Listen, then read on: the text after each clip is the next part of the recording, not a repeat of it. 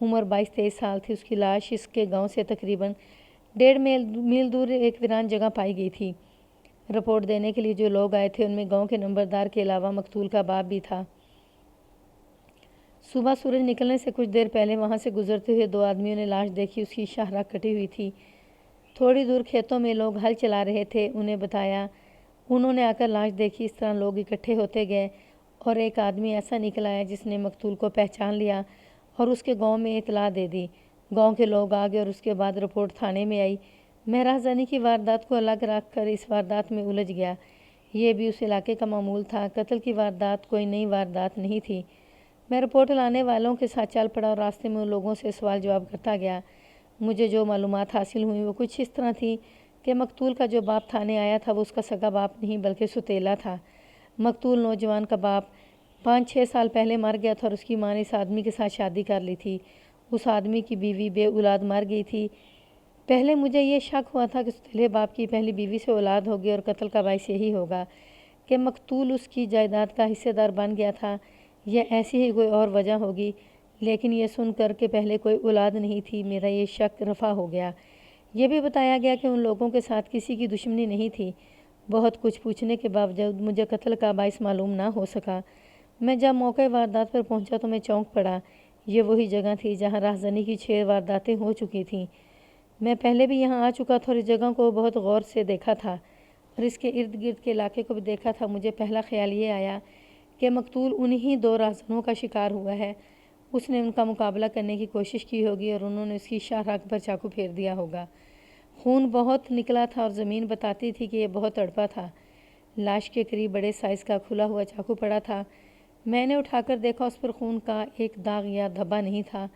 اس سے یہ ظاہر ہوا کہ اس چاقو سے اسے نہیں مارا گیا۔ سارے جسم کو دیکھا، سوائے شاہراہ کے کوئی اور زخم نہیں تھا۔ کوئی چوٹ کا نشان نظر نہ آیا۔ چونکہ گردن کے زخم پر خون جمع ہوا تھا اس لیے میں اندازہ نہ کر سکا کہ کون سا ہتھیار استعمال ہوا ہے۔ نظر یہ آتا تھا کہ تیز دھار آلہ استعمال کیا گیا ہے جس سے گردن کے بائیں طرف سے کٹ شروع ہوا اور شاہراہ کاٹ کر ختم ہوا۔ اگر شاہراہ نہ کٹتی تو پھر موت واقع نہیں ہو سکتی تھی۔ مقتول نے کرتا پہن رکھا تھا۔ میں نے جمع تلاشی لی۔ مقتول کے کرتے کی دائیں طرف والی جیب سے رقم برآمد ہوئی اور سونے کی ایک وزنی انگوٹھی بھی جیب سے نکلی۔ چونکہ ان اشیاء کو کاغذات میں درج کرنا تھا اس لیے میں نے رقم کی تفصیل تحریر کی۔ مجھے یوں محسوس ہوا جیسے میں یہ تفصیل پہلے بھی سن چکا ہوں۔ یہ 3-4 گھنٹے پہلے کی بات تھی کہ ایک ہندو راہزنی کا شکار ہو کر میرے پاس آیا تھا۔ اس نے اپنی رقم کی یہی تفصیل لکھوائی تھی، یعنی اتنے 10-10 کے نوٹ، اتنے 5 روپوں کے نوٹ، روپوں کے اتنے اور اٹھنیوں کے اتنے سکے اور اس کے ساتھ سونے کی وزنی انگوٹھی۔ اب مقتول کی جیب سے ایک انگوٹھی برآمد ہوئی تو میں نے اسے غور سے دیکھا اور ہندو نے اپنی انگوٹھی کی جو تفصیلات تھانے میں لکھوائی تھیں انہیں یاد کرنے لگا۔ اس انگوٹھی میں انہی رنگوں کے نگینے جڑے ہوئے تھے جو ہندو نے لکھوائے تھے۔ ان اشیاء کی برآمدگی سے میرے ذہن میں یہ بات آئی ہے کہ یہ قتل راہزنی کے سلسلے میں نہیں ہوا۔ یہ دشمنی کا قتل تھا اور قاتل مالی لحاظ سے مقتول کی سطح کے لوگ ہو سکتے تھے۔ اگر مالی لحاظ سے کمزور ہوتے تو وہ اس کی جیب سے پیسے اور انگوٹھی بھی لے جاتے۔ اس کے ساتھ یہ خیال بھی آیا کہ یہ رقم اور انگوٹھی اگر ہندو کی ہے تو راہزن یہی ہوگا۔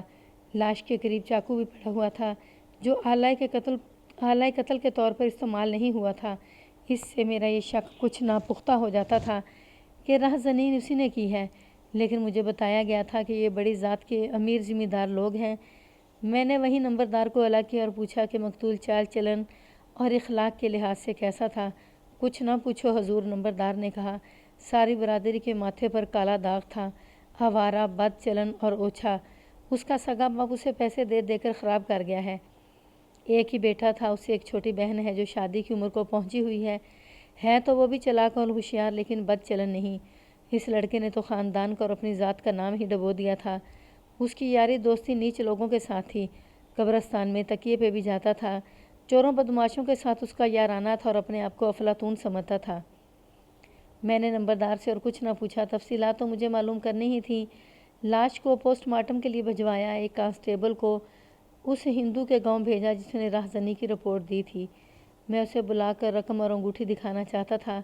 کانسٹیبل چلا گیا تو میں نے زمین دیکھنی شروع کر دی۔ کھوجی بھی آ گیا تھا لیکن وہاں تمام کھرے تماشائیوں کے تھے۔ زمین سے کچھ بھی حاصل نہ ہوا تو میں اپنے سٹاف کو ساتھ لے کر مقتول کے گاؤں چلا گیا اور چوپال میں جا بیٹھا۔ میں چوپال میں بھی بیٹھا ہی تھا کہ مقتول کا ستیلا باپ بغیر بلائے میرے پاس آ گیا۔ میں سب سے پہلے نمبردار، ذیلدار اور دیگر معززین سے مقتول اور اس کے خاندان کے متعلق معلومات لینا چاہتا تھا۔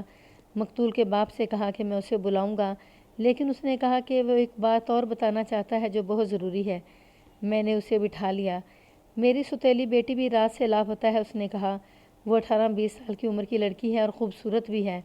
مجھے بڑا پکا شک ہے کہ لڑکی کی گمشدگی اور اس کے بھائی کا قتل ایک ہی واردات سے ہے اور یہ کسی دشمن کا کام ہے۔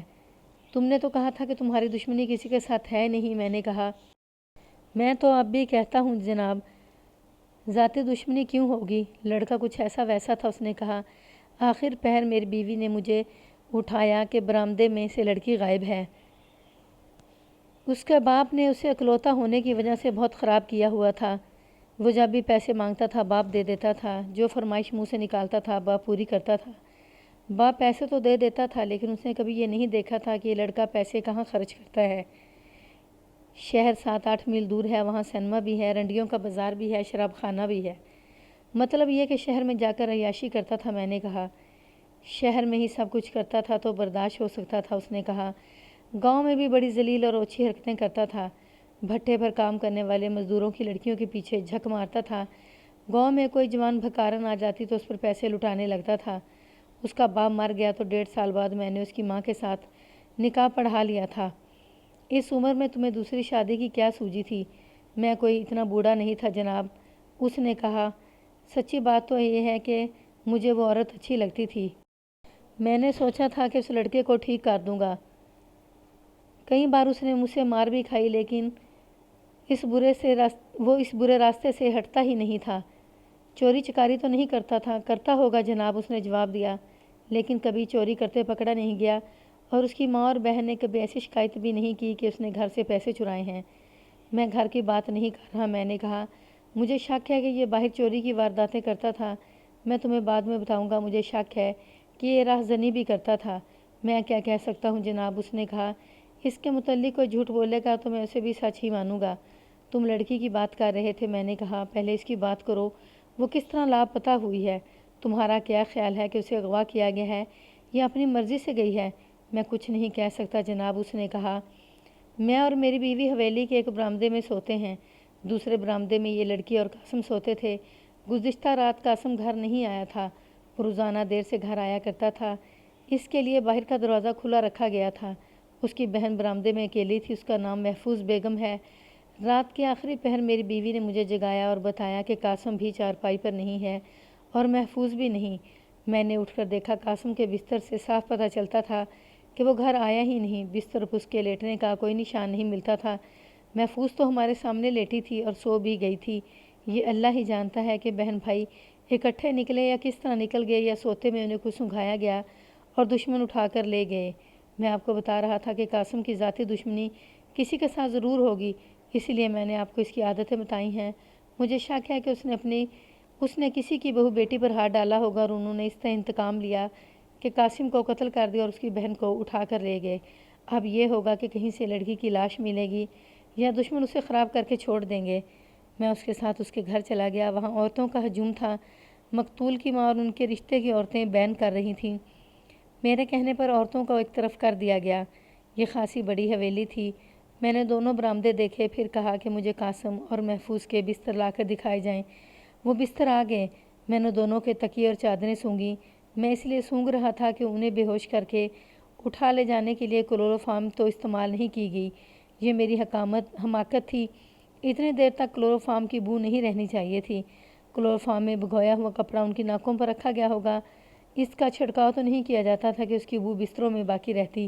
یہ تو مجھے پہلے ہی بتا دیا گیا تھا کہ باہر کا دروازہ قاسم کے لیے کھلا چھوڑ دیا گیا تھا۔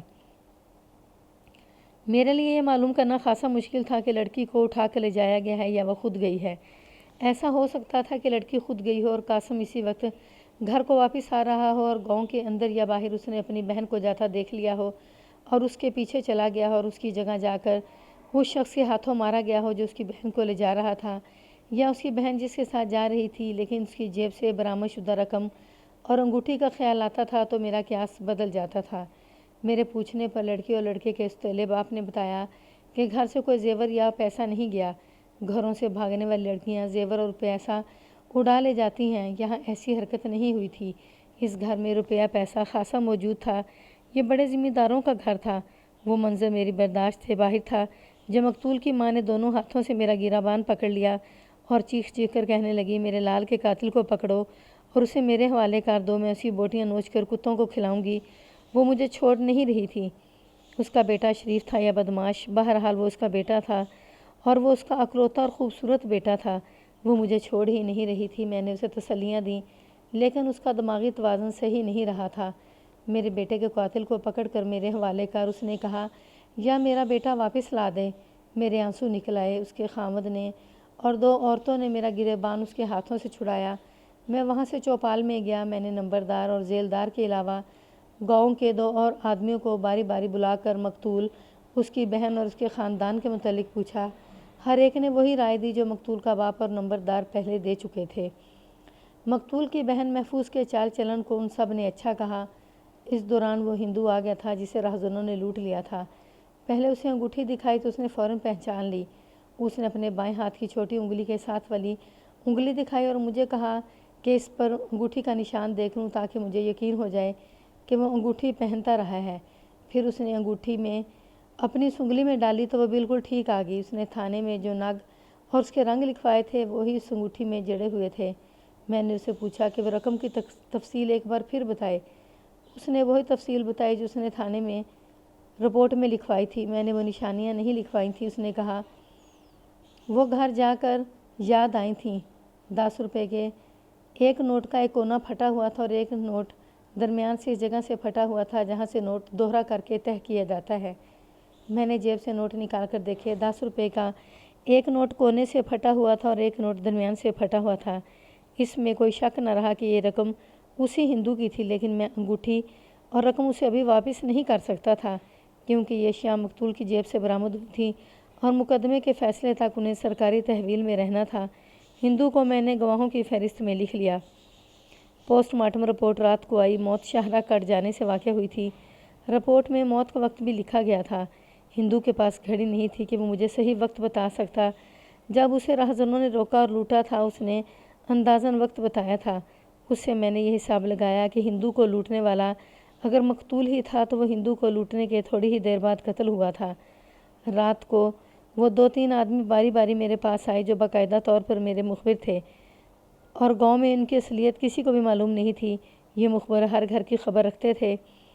انہوں نے محفوظ کے چال چلن کے خلاف تو کوئی بات نہ کی لیکن ایک آدمی کا نام لیا جس کے ساتھ اس کا گہرا تعلق تھا۔ عام طور پر یہ مشہور تھا کہ ان کی محبت پاک ہے، ان کی شادی بھی ہو جائے گی۔ اس آدمی کا نام ولایت خان بتایا گیا۔ عمر 25 سال کے لگ بھگ تھی اور خوشحال ذمہ دار خاندان سے تھا۔ مجھے بتایا گیا کہ ان کی محبت سارے گاؤں میں مشہور تھی اور خوشحال ذمہ دار خاندان سے تھا۔ میرے پوچھنے پر انہوں نے بتایا کہ انہیں کبھی بھی کھیتوں میں یا کہیں اور یعنی گھر سے باہر اکٹھے کھڑے یا باتیں کرتے نہیں دیکھا گیا تھا۔ مشہور یہ تھا کہ وہ ایک دوسرے کو دور سے بھی دیکھتے تھے تو ان کے چہروں پر چمک سی آ جاتی تھی۔ ان کا ایک دوسرے کے گھروں میں آنا جانا بھی تھا۔ ان تینوں سے میں نے الگ الگ رپورٹ لی اور تینوں کی رپورٹیں ایک جیسی تھیں۔ انہوں نے بتایا کہ سب کو یقین تھا کہ ان کی شادی ہو جائے گی لیکن یہ سنا گیا تھا کہ محفوظ کی ماں نے ولایت کو رشتہ دینے سے انکار کر دیا ہے۔ یہ بات ٹھیک معلوم ہوتی تھی کیونکہ ولایت کو دیکھا کہ پریشان اور خاموش رہنے لگا تھا۔ اکثر لوگ کہتے تھے کہ ولایت کو رشتہ نہ ملا تو لڑکی کچھ کھا کر مر جائے گی یا ولایت کے ساتھ گھر سے نکل جائے گی۔ کیا ولایت میں اور لڑکی میں اتنی جرأت ہے؟ میں نے پوچھا۔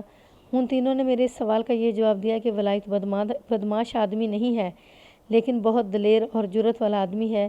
محفوظ کے متعلق انہوں نے بتایا کہ چال چلن اس کا بھی صحیح ہے لیکن کسی سے ڈرنے والی وہ بھی نہیں۔